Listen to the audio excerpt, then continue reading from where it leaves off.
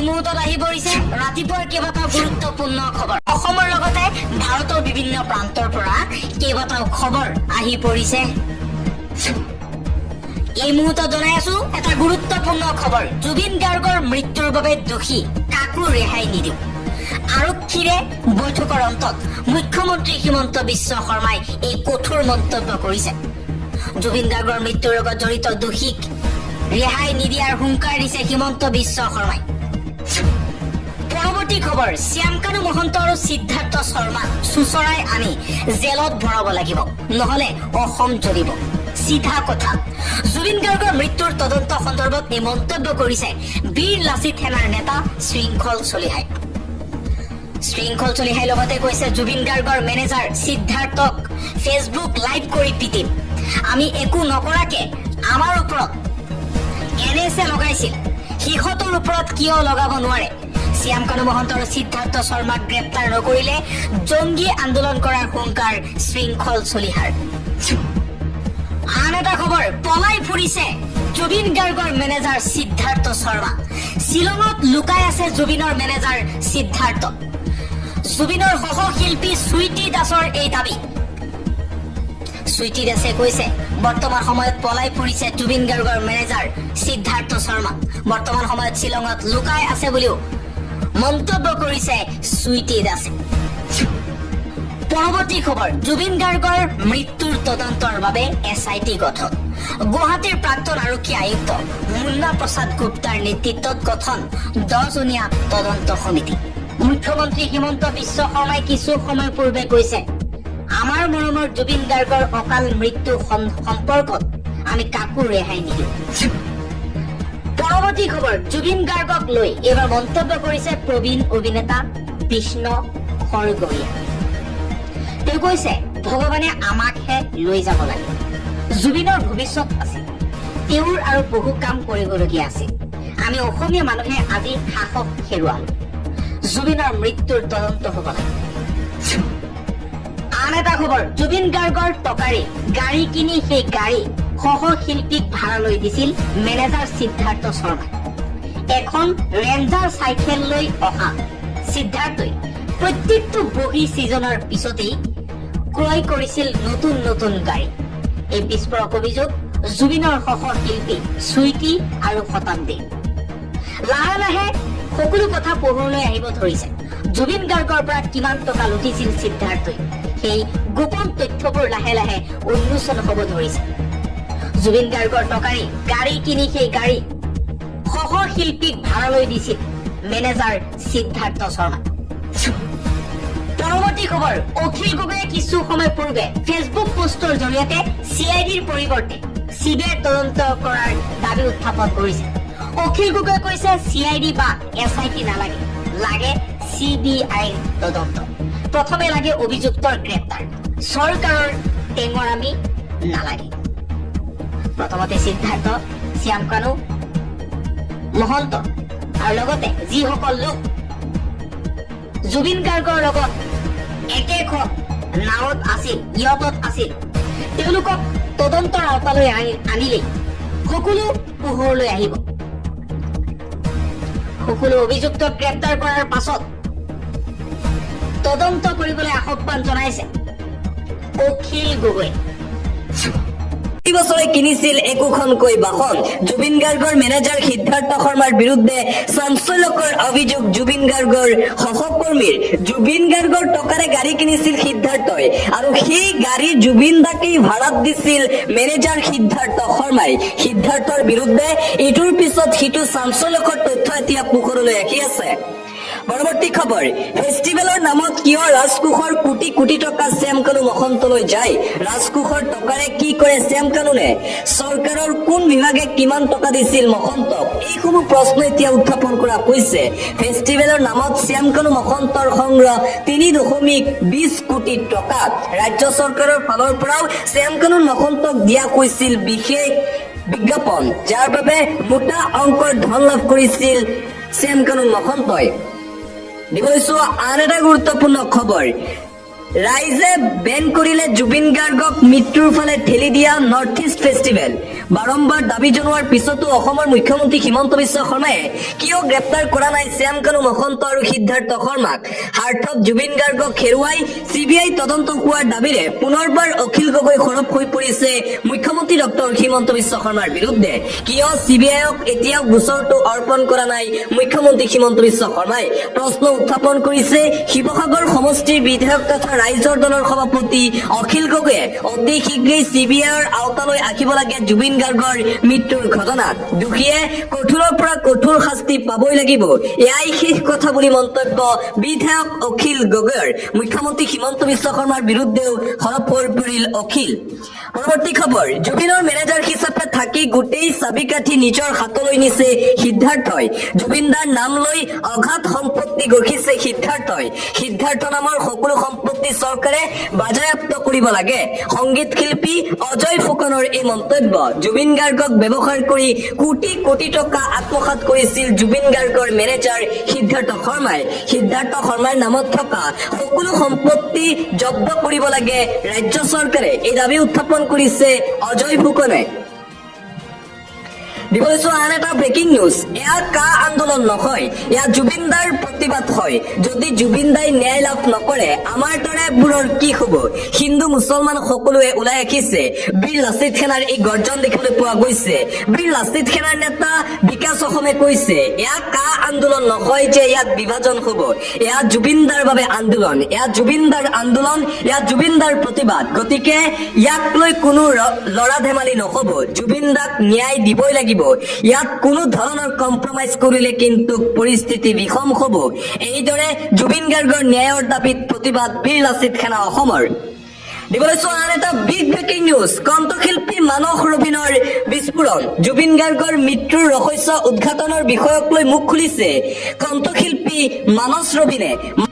মানস ৰবিনে কয় মোৰ হাততো দুই এটা কাকতলীয় তথ্য আছে তদন্তৰ সময়ত মই সম্পূৰ্ণৰূপে সহযোগ কৰিম মোৰ ওচৰত ব্লেক এণ্ড হোৱাইট প্ৰমাণ আছে জুবিনদা কিবা কাৰণত তেওঁৰ প্ৰাপ্যৰ পৰা বঞ্চিত হলে আমি মনে মনে নাথাকিম চৰকাৰে কেতিয়াও ৰাইজৰ ইচ্ছা অনিচ্ছাৰ ওপৰত যাব নোৱাৰে কোনো মন্ত্ৰী MLAও এইকেইদিন সুস্থিৰে থাকিব পৰা নাই চৰকাৰলৈ মোৰ এটাই অনুৰোধ আছে যেনেকৈ ইনকুৱাৰী হয় সেয়া দুই প্ৰকাৰে হ'ব লাগে এটা হৈছে জুবিনৰ কি হৈছিল এয়া এক্সিডেণ্ট নে আন কিবা সেয়া বিচাৰ কৰা আৰু আনটো হৈছে ইকনমিক অফেন্স তেখেতৰ টকা পইচা কোনে আত্মসাৎ কৰিছে নেকি আৰু সেই বিষয়ৰো তদন্ত চলিব লাগে এইদৰে মানস ৰবিনে বিস্ফোৰক ফেচবুক পোষ্ট কৰিছে মানস ৰবিনে কৈছে তেওঁৰ হাততো কিছু তথ্য আছে যদি দৰকাৰ পৰে যদি প্ৰয়োজন হয় তেন্তে সেই তথ্য প্ৰমাণ দিবলৈ সম্পূৰ্ণৰূপে সাজু আছে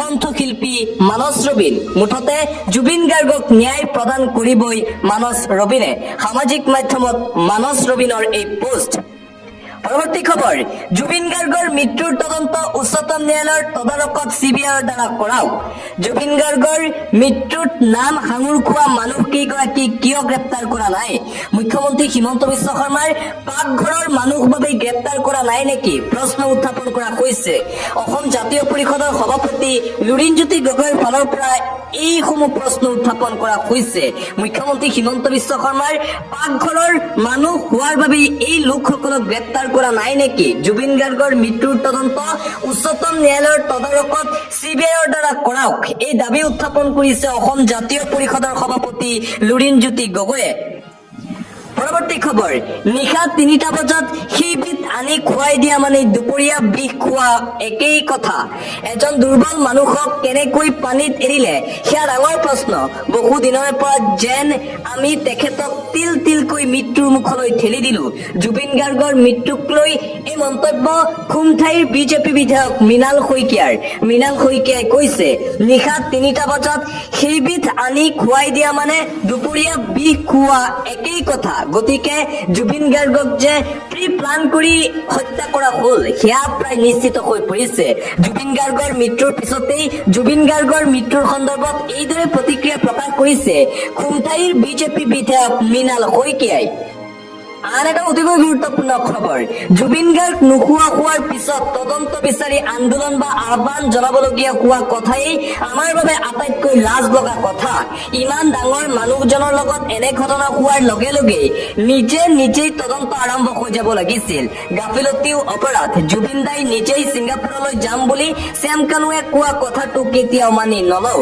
বিস্ফোৰক মন্তব্য কণ্ঠশিল্পী আচাৰ্য বৰপাত্ৰই কৈছে জুবিন গাৰ্গ নোহোৱা হোৱাৰ পিছত তদন্ত বিচাৰি আন্দোলন বা আহ্বান জনাবলগীয়া হোৱা কথাই আমাৰ বাবে আটাইতকৈ লাজ লগা কথা ইমান ডাঙৰ মানুহজনৰ লগত এনে ঘটনা হোৱাৰ লগে লগে নিজেই তদন্ত আৰম্ভ হ'ব লাগিছিল গাফিলতি অপৰাধ জুবিন দাই নিজেই ছিংগাপুৰলৈ যাম বুলি শ্যাম কানুৱে কোৱা কথাটো আমি কেতিয়াও মানি নলওঁ বিস্ফোৰক মন্তব্য আচাৰ্য বৰপাত্ৰৰ আন এটা ব্ৰেকিং নিউজ জুবিন গাৰ্গ শেষ হোৱাৰ ক্ষিপ্ৰ নিৰপেক্ষ পানী নসৰকা তদন্তৰ দোষীৰ কঠোৰ শাস্তিৰ দাবী মুখ্যমন্ত্ৰী হিমন্ত বিশ্ব শৰ্মালৈ সদৌ অসম ছাত্ৰ সন্থাৰ ফালৰ পৰা জৰুৰী পত্ৰ প্ৰেৰণ কৰা হৈছে জুবিন গাৰ্গৰ মৃত্যুৰ পিছতেই জুবিন গাৰ্গৰ মৃত্যুৰ লগত জড়িত আটাইকেইজন লোকক শাস্তি প্ৰদানৰ দাবীত এই পত্ৰ প্ৰেৰণ কৰা হৈছে নিৰপেক্ষ পানী নসৰকা তদন্ত আৰু দোষীৰ কঠোৰ শাস্তিৰ দাবীৰে মুখ্যমন্ত্ৰী হিমন্ত বিশ্ব শৰ্মালৈ পত্ৰ প্ৰেৰণ কৰিছে সদৌ অসম ছাত্ৰ সন্থাই দিবলৈছো অন্য এটা খবৰ আমি সকলোৱে বিচাৰিছো উচিত তদন্ত হওক জুবিনৰ বন্ধু হিচাপে আস্থা আছে যে এদিন সকলো কথা স্পষ্টভাৱে ওলাব চিৰিয়েলৰ দৰে খণ্ড খণ্ডকৈ ছিংগাপুৰৰ ভিডিঅ' কোনে দি আছে তদন্ত সেয়াও ওলাব পবিত্ৰ মাৰ্ঘেৰিটাৰ এই মন্তব্য পবিত্ৰ মাৰ্ঘেৰিটাই কৈছে আমি সকলোৱে বিচাৰিছো উচিত তদন্ত হ'ব লাগে জুবিন দাৰ মৃত্যুক লৈ জুবিনৰ বন্ধু হিচাপে আস্থা আছে যে এদিন সকলো কথা স্পষ্টভাৱে ওলাব চিৰিয়েলৰ দৰে খণ্ড খণ্ডকৈ টুকুৰ কৰি ছিংগাপুৰৰ পৰা ভিডিঅ' কোনে দি আছে তদন্তত সেয়াও ওলাব পবিত্ৰ মাৰ্ঘেৰিটাৰ এই মন্তব্য পৰৱৰ্তী খবৰ দুৰ্গা পূজা সমিতিলৈ ৰাজ্য চৰকাৰৰ ফালৰ পৰা সাহায্য ঘোষণা কৰা হৈছে সমাগত দুৰ্গা পূজা সমিতিলৈ ৰাজ্য চৰকাৰৰ সাহায্য ঘোষণা 10,000কৈ প্ৰদান কৰা হ'ব প্ৰতিখন পূজা কমিটিক 7,817খন পূজা কমিটিক প্ৰদান কৰা হ'ব এই ধন 22 আৰু 27 ছেপ্টেম্বৰত বিতৰণ কৰা হ'ব এই ধনৰাশি মুখ্যমন্ত্ৰী ডক্টৰ হিমন্ত বিশ্ব শৰ্মাৰ ফালৰ পৰা এই বৃহৎ ঘোষণা কৰা হৈছে দুৰ্গা পূজাৰ পূৰ্বেই এই ভাল খবৰ জাৰি কৰিছে ৰাজ্যৰ মুখ্যমন্ত্ৰী ডক্টৰ হিমন্ত বিশ্ব শৰ্মাই পৰৱৰ্তী খবৰ এটা ব্ৰেকিং নিউজে মুহূৰ্তত আহি পৰিছে ছিংগাপুৰৰ আছাম এছ'চিয়েশ্যনৰ স্পষ্টীকৰণ ছিংগাপুৰ আৰক্ষীৰ তদন্ত চলি থকাৰ বাবে মুখা খোলা নাই আছাম এছ'চিয়েশ্যনে জুবিনৰ মৃত্যুক লৈ ৰাজহুৱা ভিডিঅ'বোৰো প্ৰেৰণ কৰা নাই আছাম এছ'চিয়েশ্যনে ছিংগাপুৰ আছাম এছ'চিয়েশ্যনৰ এই স্পষ্টীকৰণ জুবিন গাৰ্গৰ মৃত্যুৰ পিছতেই আটাইতকৈ বেছি বিতৰ্কত সোমাই পৰিছিল আছাম এছ'চিয়েশ্যন আৰু সেই আছাম এছ'চিয়েশ্যনে যোৱাকালি স্পষ্টীকৰণ দিছে ছিংগাপুৰ আৰক্ষীৰ তদন্ত চলি আছে তদন্ত চলি থকাৰ বাবেই কোনো স্পষ্টীকৰণ দিয়া নাই আছাম এছ'চিয়েশ্যনে আন এটা অতিকৈ গুৰুত্বপূৰ্ণ খবৰ কলৈ গ'ল অৰ্ণৱ গোস্বামী কিয় জুবিন গাৰ্গৰ সম্পৰ্কত নীৰৱ অৰ্ণৱ হীন মান্যতাত ভুগিছে ৰিপাব্লিকৰ মুখ্য সম্পাদক সকলোৰে হিয়াৰ আমঠু মহান শিল্পী প্ৰাণৰ শিল্পী জুবিন গাৰ্গৰ মৃত্যুৰ পিছতেই সমগ্ৰ বিশ্বজুৰি আৰম্ভ হৈছিল চৰ্চা বিশ্বৰ ভিতৰতেই শীৰ্ষ দেশসমূহৰ টেলিভিছন স্ক্ৰীণত দেখুওৱা হৈছিল জুবিন গাৰ্গক কিন্তু সেই মুহূৰ্ততেই এতিয়া প্ৰশ্ন উত্থাপন হৈছে কিয় জুবিন গাৰ্গৰ মৃত্যুক লৈ নীৰৱ অসমৰ জ্যেষ্ঠ সাংবাদিক ৰিপাব্লিক টিভিৰ সম্পাদক অৰ্ণৱ গোস্বামীয়ে কিয় জুবিনৰ হৈ নিউজ নবনালে কিয় জুবিনৰ হৈ নিজৰ টিভি চেনেলত একো মন্তব্য নাৰাখিলে তাৰ পিছতে সৰব হৈ পৰিছে জুবিন অনুৰাগীসকল আৰু আনপিনে দেখিবলৈ পোৱা গৈছিল যে ৰবিশ কুমাৰৰ নিচিনা সাংবাদিকে ভিডিঅ' প্ৰস্তুত কৰিছিল জুবিন গাৰ্গ সন্দৰ্ভত তথাপিও অসমৰ সন্তান হৈও অৰ্ণৱ গোস্বামীয়ে জুবিন গাৰ্গ সন্দৰ্ভত কোনো ধৰণৰ টক শ্ব' অথবা ভিডিঅ' প্ৰচাৰ কৰা নাই তাক লৈ এতিয়া ক্ষুণ্ণ হৈ পৰিছে অৰ্ণৱৰ বিৰুদ্ধে জুবিন অনুৰাগীসকল আন এটা খবৰ ৰাজ্যত এতিয়া কোনো জাতি নাই ৰাজ্যত এতিয়া কোনো ধৰ্ম নাই সকলোকে এক কৰি গ'ল জুবিন গাৰ্গে জীয়াই থকা অৱস্থাত য'তেই গৈছিল তাতেই কৈছিল যে মোৰ কোনো জাতি নাই মোৰ কোনো ধৰ্ম নাই মই মুক্ত মই কাঞ্চনজংঘা আজি জুবিন গাৰ্গৰ সেই কথাবোৰ অসমৰ সকলো মানুহে মনত পেলাইছে। জুবিনে সকলোকে এক কৰি অজান দেশলৈ গুচি গল। পৰৱৰ্তী খবৰ, জুবিন গাৰ্গক ছিংগাপুৰলৈ লৈ যোৱাটোৱেই শ্যামকানু মহন্তৰ ডাঙৰ ভুল আছিল। এই এটা ছেটেলাইট চেনেলৰ টক শ্ব'ত নিশিতা গোস্বামীয়ে এই অভিযোগ উত্থাপন কৰিছে। ছিংগাপুৰলৈ লৈ গৈছিল অসুস্থ জুবিন গাৰ্গক। তেওঁৰ স্বাস্থ্যৰ খবৰ লোৱা নাছিল। খুদ জুবিন গাৰ্গৰ মেনেজাৰে শেষ মুহূৰ্তত জুবিন গাৰ্গক অৱহেলা কৰা পৰিলক্ষিত হৈছে। সিদ্ধাৰ্থ শৰ্মা এতিয়া পলাতক হৈ আছে। তেওঁক গ্ৰেপ্তাৰ কৰি কঠোৰ ব্যৱস্থা গ্ৰহণ কৰাৰ আহ্বান সমগ্ৰ ৰাজ্যবাসীয়ে উত্থাপন কৰিছে। আন এটা খবৰ, তন্ময় ফুকন আৰু সঞ্জীৱ নাৰায়ণে অসম আৰক্ষীক মোবাইল আৰু কেমেৰা প্ৰদান কৰাৰ দাবী জ্যেষ্ঠ সাংবাদিক পৰাগমণি আদিত্যৰ। অসমৰ জ্যেষ্ঠ সাংবাদিক পৰাগমণি আদিত্যই শেহতীয়াকৈ ফেচবুকত লিখিছে, তন্ময় ফুকন আৰু সঞ্জীৱ নাৰায়ণ দুয়োজন ব্যক্তিকে তেওঁলোকৰ হাতত থকা সম্পূৰ্ণ অসম্পাদিত ভিডিঅ' ৰেকৰ্ড কৰোতাৰ নাম, মোবাইল আৰু কেমেৰা সহ অসম আৰক্ষীক প্ৰদান কৰক। লগতে সমস্ত অসম্পাদিত আৰু মূল ভিডিঅ' সামাজিক মাধ্যম আৰু দায়িত্বশীল মিডিয়াৰ হাতত অৰ্পণ কৰক। অভিমন্যু তালুকদাৰ আৰু তন্ময় ফুকনকে ধৰি সেই অসমীয়াসকল যি ছিংগাপুৰত আছিল, আপোনালোকৰ ওপৰতো আমাৰ সন্দেহ হবলৈ আৰম্ভ কৰিছে। দুখন দেশৰ মাজত থকা আইনী জটিলতাৰ বাবে অসম আৰক্ষী তালৈ গৈ তদন্ত কৰাত অসুবিধা আছে। কিন্তু আপোনালোকে অন্ততঃ ভিডিঅ' ৰেকৰ্ড কৰা মোবাইল ফোন আৰু ভিডিঅ'সমূহ পঠিয়াই দিয়ক, অথবা পৰৱৰ্তী সময়ত অসমলৈ আহি কথাখিনি আৰক্ষীৰ আগত গৈ সত্য উদ্ঘাটন আৰু সন্দেহ নিৰসনৰ ব্যৱস্থা কৰক। নহলে কাললৈ আপোনালোকৰ নামো তালিকাত থাকি যাব।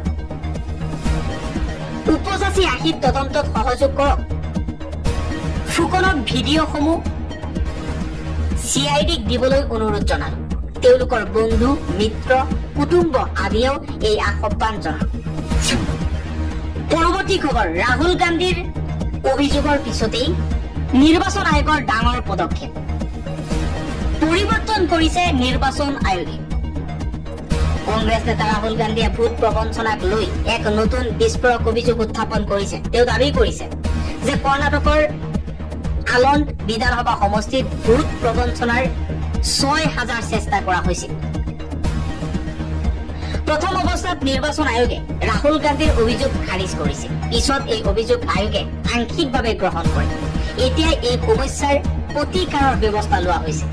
এতিয়াৰ পৰা যদি আপুনি অনলাইন যোগে ভোট ডিলিট কৰিব বিচাৰে, ভোট পঞ্জীয়ন কৰিব বিচাৰে বা কোনো ধৰণৰ সংশোধন কৰিব বিচাৰে, তেন্তে চহী কৰাটো বাধ্যতামূলক। ইয়াৰ লগতে বাধ্যতামূলক আধাৰ কাৰ্ড সংযোগ, ফোন নম্বৰো প্ৰয়োজন। ইয়াৰ পূৰ্বে অনলাইন যোগে আপোনাৰ ভোট ডিলিট বা শুধৰণিৰ বাবে আবেদন কৰিবলৈ কেৱল ECIৰ সৈতে লিংক কৰা ফোন নম্বৰৰ প্ৰয়োজন আছিল। সেই ফোন নম্বৰৰ কোনো ভেৰিফিকেশ্যন হোৱা নাছিল।